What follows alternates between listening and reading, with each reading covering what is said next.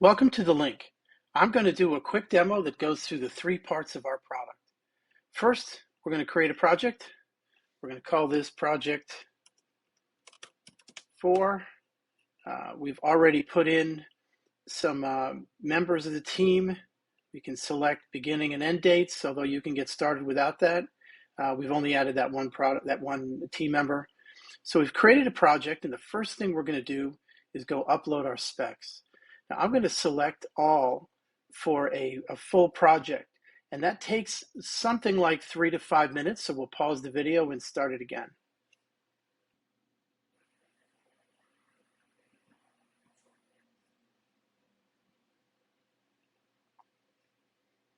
And now you see we've got over 1,800 logs, which we will then go straight into the first of our 3 products. The submit a log, as you may know, is a very common document that's used for construction field teams early in the process. It allows them to understand what they're going to need from their subcontractors and really begin to organize the job. So we built this with a number of key features, one of which is you can create selections, you can filter things based on what's called the master format number, which is the way specs and actually most products in construction are organized, allowing you to create sublists as you might need them. We can export to Excel, which a surprising amount of the industry still uses Procore, and actually with this through the Excel, we can actually integrate with some other PM software as well that don't have direct API connections.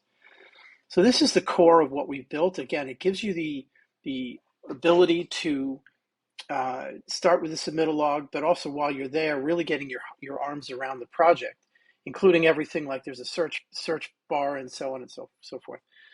The next piece that takes this a step further is what we call the collaboration hub. Now, this is the ability to actually work in the spec itself. So this is the contractual document we've just uploaded. What's important here is very often you're finding that contractors are asking each other questions about how different points of execution may or may not work. I'll grab something from Concrete here. And what will often happen is they're sending each other screenshots of the spec and asking questions. Now our system allows you to do that as if you would with Google Docs and things like that. So we've created a couple of different folks here.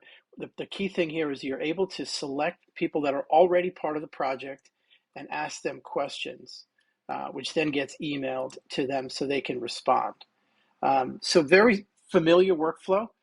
Cool thing here is now all these comments that would have been and questions that would have been in emails or would have been in sticky notes or you name it, texts, are now all in one place.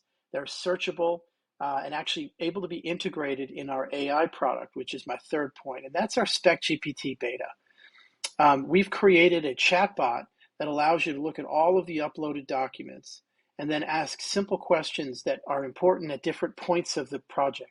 What's important here is what happens with specifications is in the beginning, people pay attention to them so they can get their submittal log done, so they can really understand the project. But 3-4 months in, as things happen, very often people will not necessarily go back to the spec because they're very long, difficult documents.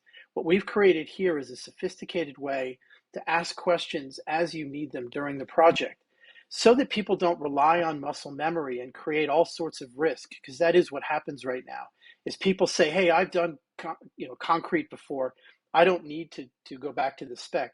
But there may be something in the spec that's special to that job, that geography, or that regulatory regime, depending on where you are in the country. This allows you to go into the spec and ask the question in as fast as you can type.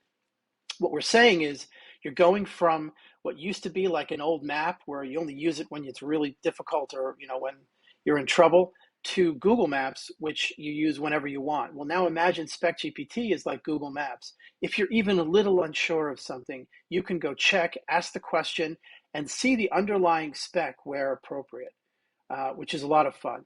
So basically that means that the user is able to get the answer and then verify it if they're curious or if they're concerned. So we're sure that the AI isn't making this up or getting it wrong. So overall, we're super excited about where this is now. Where you're going to see it going over the coming months is the addition of some knowledge management features where we're capturing what people say and what they've actually created as their own lists of lessons learned and tying those to projects.